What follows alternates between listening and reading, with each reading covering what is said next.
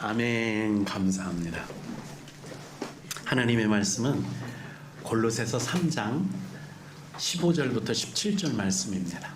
누가 누구에게 불만이 있거든 서로 용납하여 피차 용서하되 주께서 너희를 용서하신 것 같이 너희도 그리하고 이 모든 것에 사랑을 전하라.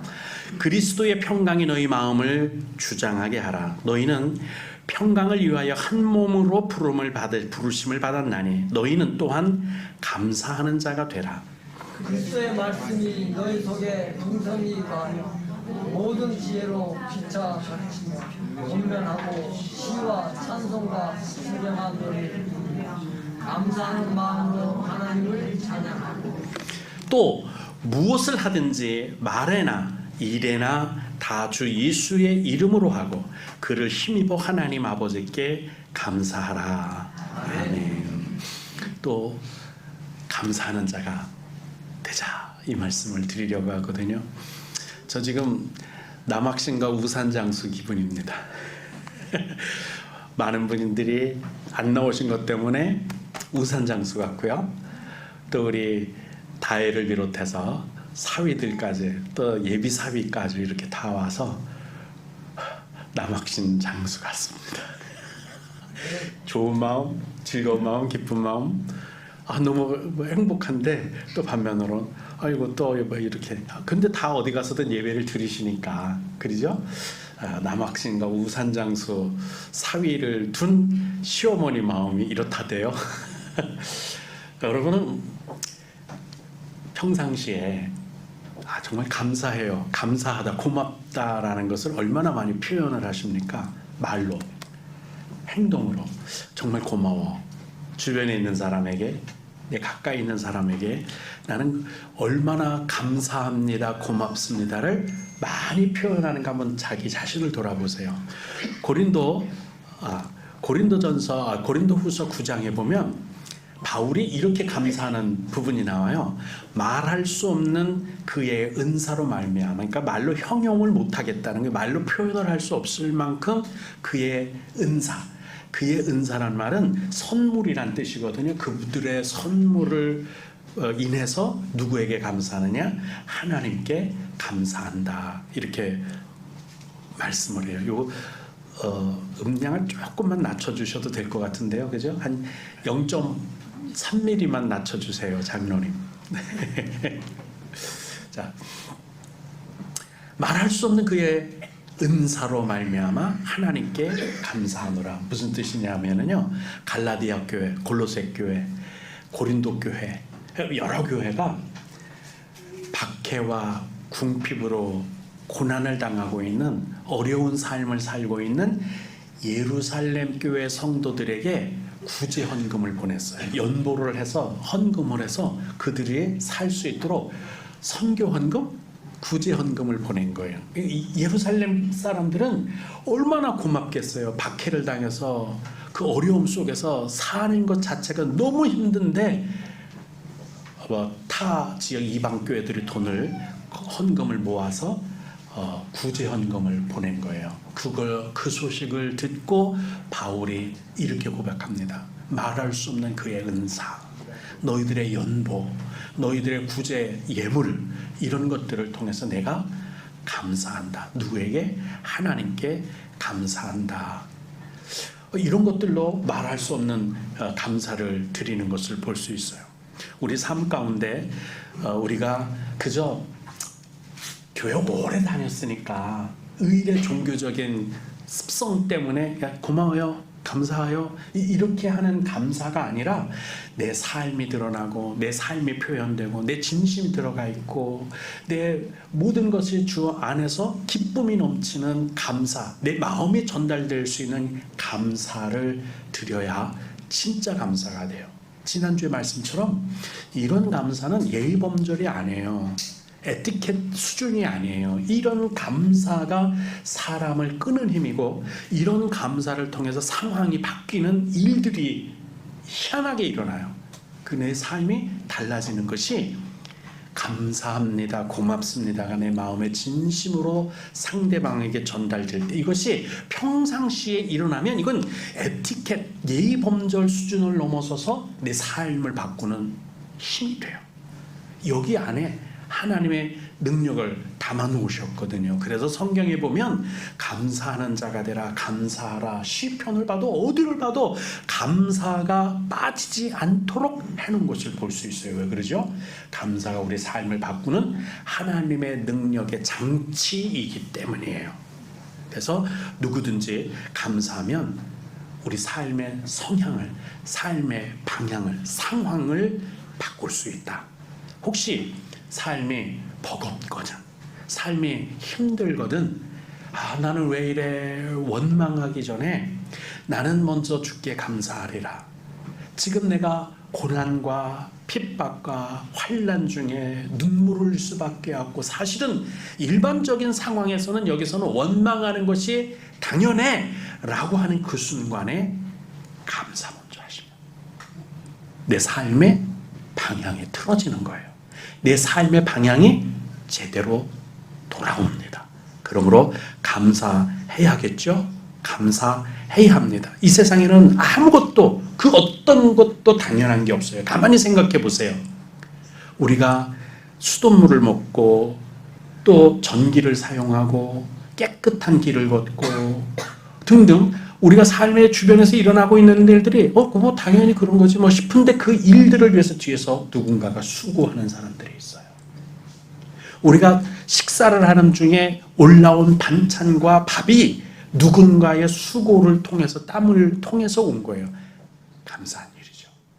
당연히 이거 내가 돈 주고 산 건데 싶으면 당연한 것 같지만, 그 배후 이면에 일어나고 있는 감사한 일들이 내 삶을 유지하게 하고 내 삶을 평안하게 하는 거예요. 그런 것에 감사할 수 있어야 돼요. 이런 감사가, 그런데 너무 당연한 것 아니에요? 너무 당연한 거예요. 제가 어제도 자동차를 타고 청천에서 집으로 들어오다 보니까 집 주변에 도로가에 풀이 다 깎여 있어요. 누가 그랬을까요? 저절로 그랬을까요? 누군가가 예초기 가지고 깎은 거예요. 길이 깨끗하게 됐어요. 오면서 너무 맑은 마음, 시원한 마음을 갖게 하기까지 누군가는 하루 종일 도로가를 다니면서 그 예초기를 돌려서 깎은 거예요. 기계로 했는지 뭐로 했는지 하여간 그렇게 그 일을 담당한 분들이 계신 거예요. 도로에 쓰레기 없는 것도, 냄새가 나지 않는 것도 누군가가 치워준 거예요. 그거를 감사해야 해요. 이 감사는 일반적이고 보편적이고 우리 주변에 너무 많아요. 가장 가깝게는 내 사랑하는 아내와 남편으로부터 부모와 자녀 간에 감사한 일들이 너무 다투기나 하고, 싫은 건 뭐 한도 끝도 없죠. 그럼 왜 사람들이 일상사에 감사한 일들이 이렇게 넘치는데도 불구하고 감사하지 못할까? 왜 원망부터 하고 왜 불만에 대해서 먼저 이야기하게 될까? 물론 가정 우리 교회는 그런 게 없으니까 그래서 이거 빼놓을 건데 그래도 말씀을 드릴게요. 교육이 안 된 사람들이 있어요. 가정 교육이 안 됐거나 일반적인 지식이 이런 수준이 안 돼서 다 자기 중심이라 다 일어나는 것들이 자기가 기준이 돼서 생각하는 사람들은 다 원망하고 당연하게 받는 거고, 이거 당연히 나는 당연한 거야 이렇게 생각하는 사람, 그런 수준 이하의 부류는 빼놓고 그렇게 저 사람 왜 저래? 아니 그냥 물 한 잔만 주세요. 그래서 여기 있습니다. 그러면 툭 받아 휙 돌아서요. 고마워요 소리 한마디 안 하는 사람이 있어요. 다시 물 주고 싶을까요? 거기 좀 치워주세요. 그래서 쑥 치워줬어요. 아무 소리 없이 그냥 휙 지나가. 그럼 다음에 또 치워주고 싶을까? 지가 내려서 치우지 왜 우리 보고 치우라래? 내가 다음엔 치워주나 봐라. 그 생각이 들지 않겠어요? 그러면 그 사람하고 이제 다시는 엮이지 않으려고 해요. 근데 그런 일반적인 상식 수준 이하로 자기 기준으로 자기 중심으로 당연하게 생각하는 사람들이 너무 많아. 그런 사람들은 빼놓고 왜 빼놔야 되느냐면 너희는 그리스도의 평강을 위하여 편안을 위하여 평안한 삶을 위해서 한 몸으로 부르심을 받았다는 본문 말씀이 있죠. 그거 조금 이따 설명을 드릴게요. 그렇기 때문에 그런 사람이 있으면 그건 우리 부류가 아니니까 넘겨놓읍시다. 근데도 왜 감사하지 못할까? 스트레스 때문이에요. 압박감, 인간관계, 갈등, 부채 문제, 돈 문제, 그리고 이별, 사별, 또 내 집 마련, 또 자기 체면 유지하는데도 또 비용이 들어요. 그죠? 그리고 관혼상제, 누구네 결혼한대 그러면 아이고 거기 10만 원 해야 돼, 20만 원 해야 돼, 5만 원 해야 돼, 뭐 이런 우리 가운데 스트레스, 압박감, 아니 심지어는 자녀도 스트레스가 되더라고요. 자녀가 다 길러놨으니까 뭐 이제 다 됐겠지 싶은데 시집 보내놓고 났는데도 저놈들이 잘 살까? 혹시 잘못되면 어떡하나? 이것 때문에 이게 기도가 돼요. 스트레스가 돼. 저놈들이 지금 제대로 저축하면서 사나? 장래를 계획하면서 사나? 그냥 저대로 그냥 생각 없이 사는 건 아닌가? 자꾸 그런 생각 때문에 가서 참견하고 싶은데 또 참견하려고 하면 다 큰 놈들한테 이렇게 하면 이것도 잔소리가 될까봐 뭐든지 다 스트레스, 압박감이에요. 사실 이 스트레스나 압박감은요 나이가 어릴 때부터 시작돼서 유치원 아니 근심 걱정 뭐 갖고 싶은 게 생기는 때부터 벌써 스트레스가 시작이 돼요. 그러면서도 지난번에 말씀드린 것처럼 그래 까짓 거 나이 먹으면 나도 능력이 좀 생기고 실력이 좀 늘어나니까 압박감도 좀 줄어들고 스트레스도 좀 사라지겠지. 왜 내가 해결할 수 있을 테니까 싶었는데 나이가 40이 되고 50이 되고 60이 되고 점점 갈수록 이 압박감이 더 커져요. 희한하네. 아니 내 실력이 늘었는데 내 능력이 더 늘어났는데 이 압박감, 스트레스의 가중치가 점점 늘어나는 거예요. 그래서 이 사는 게 만만치 않구나. 상식대로 말하자면 이 스트레스 때문에 감사하단 말이 할 정신적 여유가 없어요. 그래서 감사합니다 소리가 잘 안 나와. 늘 거기에 마음이 꽂혀 있으니까 물 한 잔만 주세요. 그리고 물 받으면서 감사합니다 해야지 해놓고 까먹어. 내 마음에 지금 근심 덩어리가 마음이 딴 데가 있으니까 고맙습니다 해야지 하고 손 내밀면서 고맙습니다 말하는 걸 까먹고 고맙습니다 한 줄 알고 이렇게 돌아서면서 준 사람이 제발 원래 고맙다 소리 하는 사람인데 왜 저러지? 마음의 스트레스, 근심, 걱정, 불안, 초조. 내 집 마련하랴, 자녀 교육비는 어디서 나오고 내년에는 어떻게 사는지, 어디로 이사 가야 할지, 뭐하고 살아야 할지, 또 어머니 날이 왔네, 추석이 왔네. 그때마다 다 돈이에요. 친구 결혼한대. 그래? 얼마 해야 돼? 다 압박감, 스트레스. 주머니에 돈은 없고. 이게 인생이에요. 스트레스 때문이에요. 그것 때문에 마음에 평안이 없어요.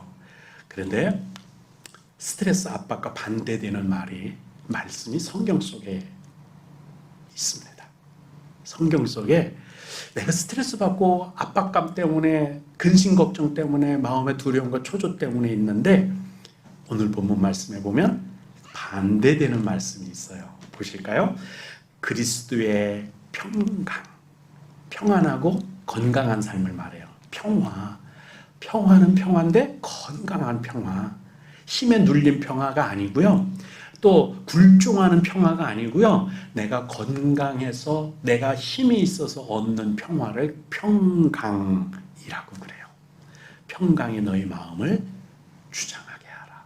스트레스가 너희 마음을 주장하게 하는 게 아니고 압박감이 너희 마음을 주장하는 게 아니에요. 너희는 평강을 위하여 한 몸으로 부르심을 받았다. 유기적이라는 거예요. 나 혼자가 아니라 서로 상대적인 작용이, 상호작용이 있다는 뜻이에요. 무슨 뜻이냐면 버팀목이 돼주는 거예요. 내가 흔들려, 불안해서. 내가 괴로워서 자꾸 무너지려고 해. 그러면 내가 가서 고임돌이 돼서 탁 끼워주는 거예요. 그러면 안 흔들려요. 한 몸이란 뜻이 그런 뜻이에요. 한 몸으로 부르심을 받았나니, 부부간에도 한 몸으로. 우리 교인들끼리도 서로 아프고 눈물 나고 괴롭고 좌절하고 절망할 수밖에 없고 통곡하는 일들이 생기고, 그럴 때마다 괜찮아, 우리가 있잖아, 우리 같이 하자, 기도해 줄게. 그게 한 몸이란 뜻이에요. 그리고 말씀합니다. 너희는 또한 감사하는 자가 되라. 자, 보세요. 감사하는 자가 되는 것과 평강이 너희 마음을 주장하라는 말씀은 한 쌍이에요. 한 쌍. 집신짝이에요, 이게. 평강이 너희 마음을 주장하면 감사하는 게 되는 거예요. 뭐가 중요해요? 그리스도의 평강이 내 마음을 주장하게 하면 아무리 옆에서 천둥 번개가 치고 벼락이 떨어져도 내 마음이 평강하면 감사할 수 있는 거예요. 5만 원짜리 들어온 지갑을 잃어버렸는데 속상해. 근데 그 속상함의 양이 요만하다면은요, 주님이 주신 평강이 이만해 갖고 그게 잊혀지는 거예요. 넘어설 수 있는 거예요. 그런 경험을 해보셨죠? 저도 해봤습니다. 그래서 그리스도의 평강이 주장하는 마음과 또한 감사하는 자가 되라. 이 말씀은 한 쌍이에요. 같이 움직입니다. 이 은혜가 있기를 주님의 이름으로 축복합니다. 그럼 이제 중요한 게 이거예요. 평강이 뭐지? 평강. 주님이 우리에게 평강을 주신다는데, 그 마음이 평강이 우리를 주장하게 하라는데, 그럼 그 평강이 뭐지? 너희는 평강을 위하여 한 몸으로 부르심을 받았나니 그리스도의 평강이 너희 마음을 주장하게 하라. 먼저 한 몸으로 부르심 받은 것부터 요거 설명을 드린 거네요. 두 가지죠. 하나는 평안을 위해서 서로 해야 할 일이 있다는 거 조금 아까 설명드린 거예요. 나는 당신의 버팀목입니다. 남편이 그렇게 말하면 부인은 이렇게 말하는 거예요. 나는 당신의 고임돌입니다. 제가 좋아하는 말이에요. 나는 당신의 고임돌입니다. 나는 당신의 버팀목이에요. 할렐루야. 부모가 자식에게 얘들아, 내가 너희들의 버팀목이 되어줄게. 그러면 아빠, 엄마, 내가 엄마, 아빠의 고임돌이에요. 그러면 우리의 삶은 흔들리지 않고 견고하게 될 줄로 믿습니다. 그래서 한 몸으로 부르신 거예요. 혼자는 독불 장군이 없거든요. 독불 장군이 없어요. 우리 이렇게 서로 위로하고 격려하고 하나 되고 한 묶음으로 사시는 아름다운 가정, 아름다운 부부, 복된 후영교회 되시기를 주님의 이름으로 축복합니다. 두 번째, 평안이 뭘까? 주님이 주시는 평안을 누리려고 한 몸으로 부름을 받았다고 하니까 우리도 주님과 한 몸이잖아요. 그죠? 주님이 머리시고 우리가 각 지체라고 말하니까 주님과 우리는 한 몸이에요. 주님은 머리 되시고 우리는 몸이 되니까요. 자, 로마서를 먼저 보고 싶었는데 로마서를 제가 안 써갖고 왔네요. 그 다음에 써있네요. 제가 이거를 먼저 읽어보고 말씀을 드릴게요. 요한복음 14장 17절을 먼저 읽어드립니다. 평안을 너희에게 끼치노니 곧 나의 평안을 너희에게 주노라. 내가 너희에게 주는 것은 세상이 주는 것과 같지 아니하리라. 너희는 마음에 근심하지도 말고 두려워하지도 말라. 이 말씀은 언제 했느냐면요, 겟세마네 동산에서 6월절 밤에 하셨어요. 그리고 그 6월절 밤이 지나면 12시가 넘으면 예수님이 붙잡히시죠. 잡히셔요. 그리고 십자가에 달려 죽으시기 전에 마지막 만찬에, 6월절 만찬에 이 말씀을 제자들에게 하신 거거든요. 자, 요거를 설명드릴게요. 이 평안을 우리에게 주신다는데, 주님이 가장 두려울 때, 가장 불안할 때, 죽음을 앞두고 있는 가장 공포스러운 때 이 말씀을 하셨어요. 뭘 주신다고요? 평안을 너에게 준다. 평강을 말하는 거죠. 자, 그럼 평안이 뭘까? 주님으로부터는 평안이 뭘길래 감사를 할까? 로마서 7장 25절 우리 주 예수 그리스도는 말미암아 하나님께 감사. 누구 때문에요? 예수님 때문에. 예수님. 그럼 예수님이 뭐길래, 예수님이 우리에게 어떤 평안을, 어떤 평강을 끼치기 때문에, 주시기 때문에, 강제로 우리에게 흘러보내시기 때문에 우리가 감사할까?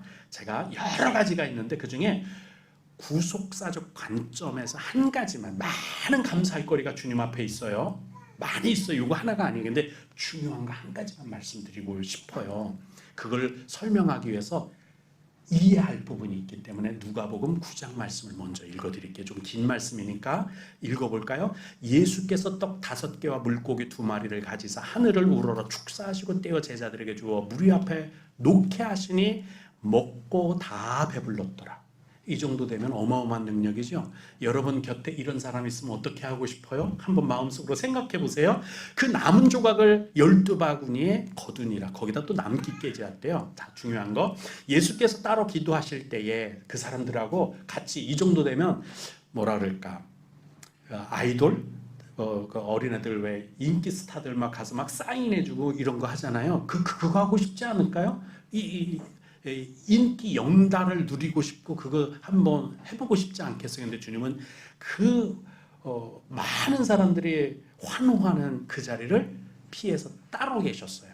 따로 기도하실 때에 제자들이 주와 함께 있더니 물어 이르시되 무리가 나를 누구라고 하느냐? 그 많은 사람, 남자만 5,000명이니까 한 2만 명 된다고 보고 그 많은 사람들이 나를 누구라고 하더냐 하고 물어요. 다행인 거는요, 이 뒷구절이에요. 대답하여 이르되 세례 요한이라고 하고 더러는 엘리야라, 더러는 옛 선지자 중에 한 사람이 살아났다 하나이다. 이게 얼마나 다양한 말씀인지 모르시죠? 만약에 그 2만 명이나 되는 사람들이 엘리야예요, 세례 요한 같아요, 옛날 선지자 같은데요, 이렇게 생각하지 않고 그리스도시네? 이렇게 알았으면 난리 날 뻔했어요. 무슨 뜻인지 알아요? 그리스도는 구약 성경에 어떻게 예언되어 있느냐면 다윗의 왕권을 가지고 와서 이스라엘을 회복시킬 것에 대해서 말해요.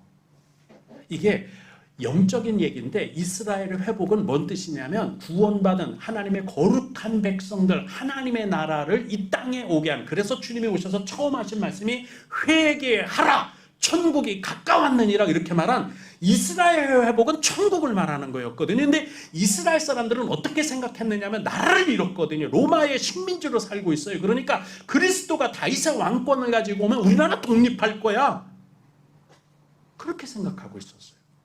그래서 예수님이 능력을 행하시니까 혹시 예수님이 그리스도 아니야? 이렇게 생각했었던 사람들이, 독립운동하던 열심당원들이 많이 쫓아다녔어요. 확인해 보려고.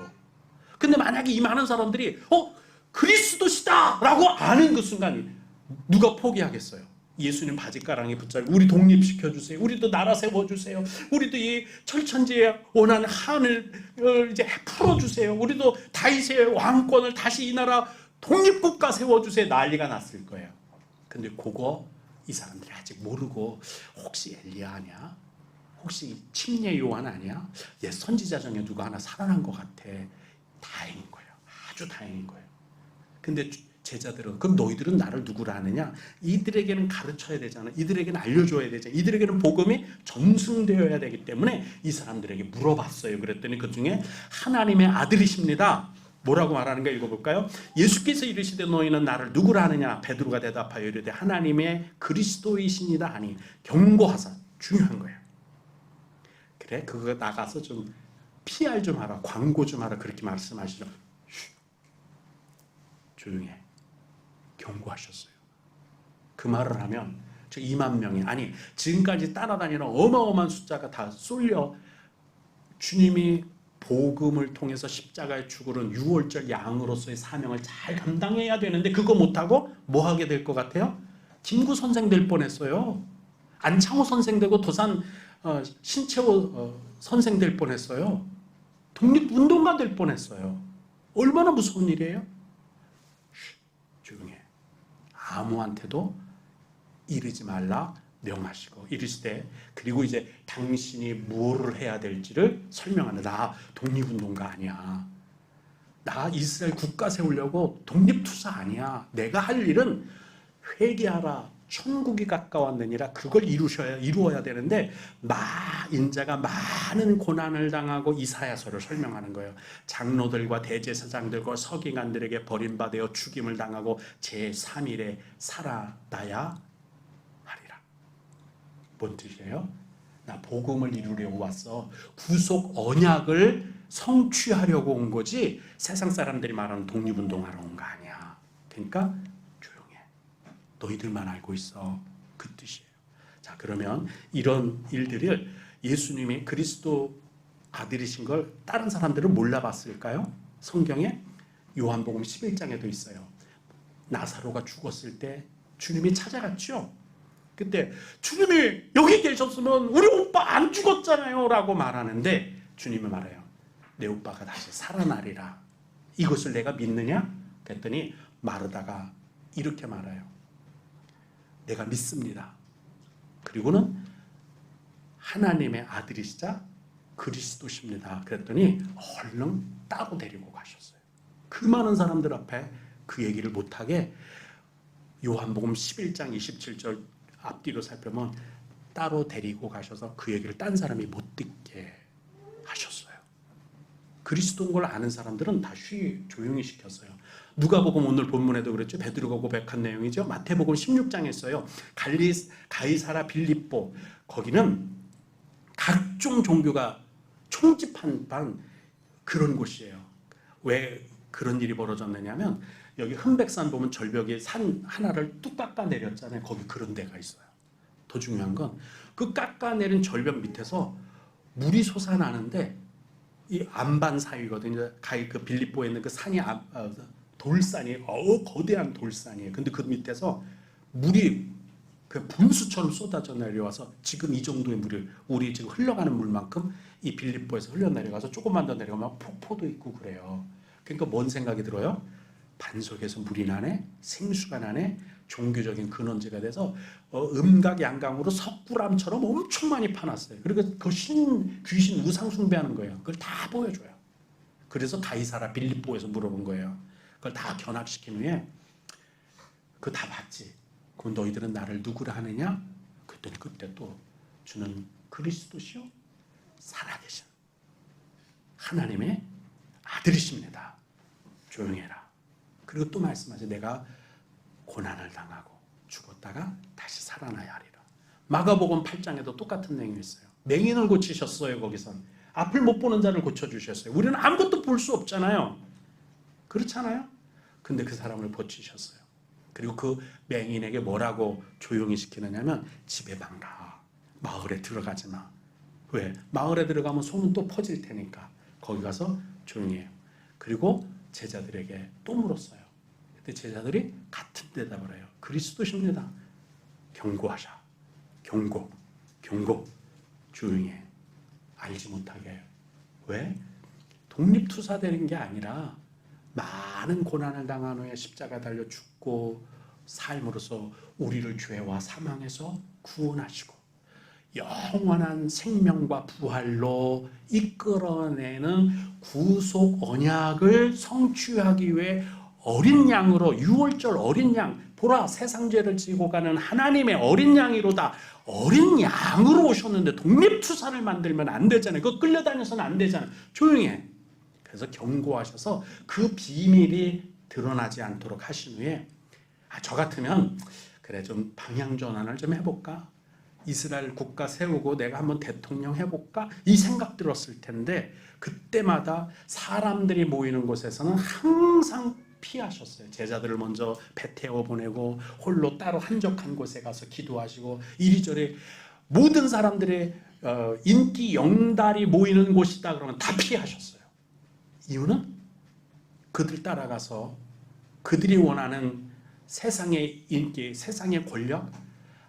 예수님은요 병 고쳐요.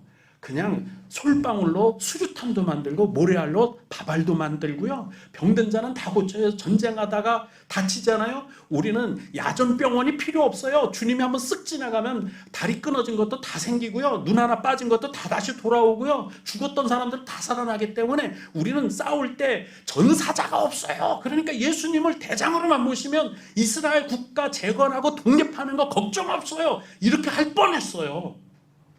근데 그 주님 그걸 원하지 않으셨어요. 우리를 죄와 사망에서 건지시고 영생과 부활로 이끄시길 원하셨어요. 그래서 주님은 그 인기 영달, 명예 권세 그걸 피해 도망 다니시다가 마지막에 가장 비참하고 가장 처참하고 가장 우리 이것만 생각하면 눈물 나고 감사하지 않을 수가 없어요. 우리를 위해서, 우리를 사랑하시기 때문에 우리에게 평안을 주시려고, 우리에게 영생의 평안, 사망의 두려움에서 우리를 참된 담대함과 두려움을 벗어버리게 하기 위해서 당신은 스스로 죽으셨어요. 그 길로 가시면서 그 6월절 밤에 겟세마네 동산에서 기도하고 오신 후에 6월절 만찬, 마지막 6월절, 자기가 6월절 어린 양이시잖아요. 당신의 몸을 떼어주고 떡을 떼어주고 당신의 포도주를 당신의 피로 기념하라고 말하면서 이거 내 몸이야. 이게 내 피야. 너에게 영생을 주기 위한 내 몸이니라. 내 피니라. 오늘 그거 우리 기념할 거예요. 그걸 기념할 거예요. 그리고 주님은 당신 다 내려놓고 그것도 앞으로 8시간 안에 내가 지금 십자가 달려 죽을 거다라는 그 두려움과 공포가 막 압박감, 스트레스가 어마어마할 텐데 내가 너에게 평안을 끼치노니 평안을 얘기하는 게 이게 얼마나 감사해요. 당신이 지금 두려워 죽겠는데 근데 주님은 우리에게 평안을 주시겠다. 평안을 내가 너에게 주기 위해 내가 죽으러 간다는 거예요. 죽으러 간다는 거예요. 그 포기하지 않으시고 거길로 가서 십자가에서 나 같으면 12번도 더 뛰어내렸을 텐데 주님은 참으셨어요. 우리가 사망에서 죄에서 구원받고 영원한 생명과 부활로 나아가기 위해서 주님은 십자가의 그 복음 구속 언약을 성취하시기 위해서 죽으셨어요. 그게 평안이에요.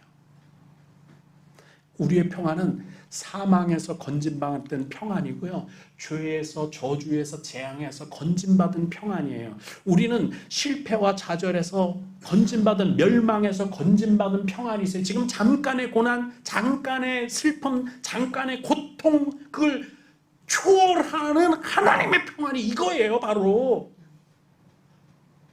이게 평안이에요. 이 평안을 너에게 주노라 말씀하신 거예요. 이 평안이 내 마음을 주장하잖아요. 저절로 감사가 되지. 다쳤어요? 천국 가면 절름발이 없대요. 하나님 감사해요. 끊어졌어요?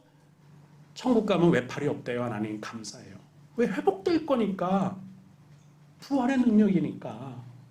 그러니까 지금 어떤 슬픔, 어떤 고통, 어떤 좌절이 있더라도 주님이 내 생명을 멸망으로 사망으로 소멸시키지 않는 한 부활하면 누구나 다 주님의 평안을 누리게 될 줄로 믿습니다. 이게 공통적인 특징, 경고하사 아무에게도 말하지 마라. 이거 제가 설명한 거네요. 택정함 받아야 돼요. 주님의 선택함을 받아서 6월절 양으로 십자가의 사명을 이루기 위해서 오셨다는 거. 마지막으로 감사하는 방법을 말씀하고 계신데 마음으로 찬양하래요. 무엇을 하든지 예수님의 이름으로 그를 힘입어 하나님께 감사하라. 이건 더 설명을 안 해도 되겠죠. 이것도 나중에 한번 시간을 내서 은혜를 나누도록 하겠습니다. 사실 우리가 사는 중에 보는 거 아무것도 공짜 없잖아요. 아까 말씀드린 것처럼 깨끗한 길거리, 수돗물이 나오고 전기가 나오고 이거 다 감사한 일들이에요. 근데도 불구하고 압박감, 스트레스 때문에 감사를 못해요. 이런 것들 때문에. 근데 이걸 이길 수 있는 스트레스나 압박감을 이길 수 있는 게 있죠. 평안이에요. 그리스도의 평안. 이것 때문에 감사라고 말씀하고 있거든요. 그러면 그 평안이 어디서 오느냐? 예수 그리스도의 구속 사역을 통해서 오는데 죄와 사망에서 구원하고 영생을 주시는 부활의 능력, 구속의 언약, 복음으로 주시는 평안이에요. 이거는 모든 걸 다 채우고도 넘치고 다 함몰시킬 수 있는 평안입니다. 그러므로 무엇을 하든지 어떤 형편이든지 어떤 조건이든지 상관없이 예수님의 이름으로 찬양하고 감사하실 수 있기를 주님의 이름으로 축복합니다. 추석을 생각할 때 감사한 일이죠. 추석 내 부모에게, 내 형제들에게, 이웃과 산촌에게, 그리고 교회, 내 주변 사람들에게 감사한 거 다 생각하고 고맙다고 해야 돼요. 고마워야 돼요. 정말 고마운 것이 진심이어야 돼.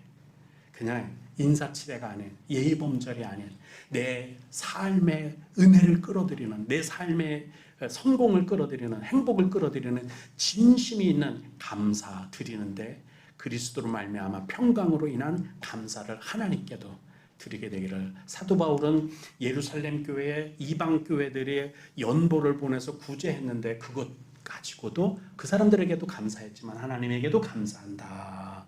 이루 말로 형용할 수 없는, 말로 표현할 수 없는, 말로 이룰 수 없는 감사를 하나님께 하노라고 말하거든요. 이와 같은 감사가 여러분과 저에게 있어서 은혜가 복이 넘치기를 주님의 이름으로 축복합니다. 기도합시다. 은혜의 하나님 감사를 드립니다. 이 아침에 추석에 많은 곡식과 열매가 결실한 이 계절에 우리도 그와 같이 감사의 열매, 인생의 열매, 행복의 열매, 영생의 생명의 열매를 맺기를 원하나이다. 주로 말미암아 평강이 우리 가슴에, 우리 생명에, 우리 생활 가운데, 우리 인생의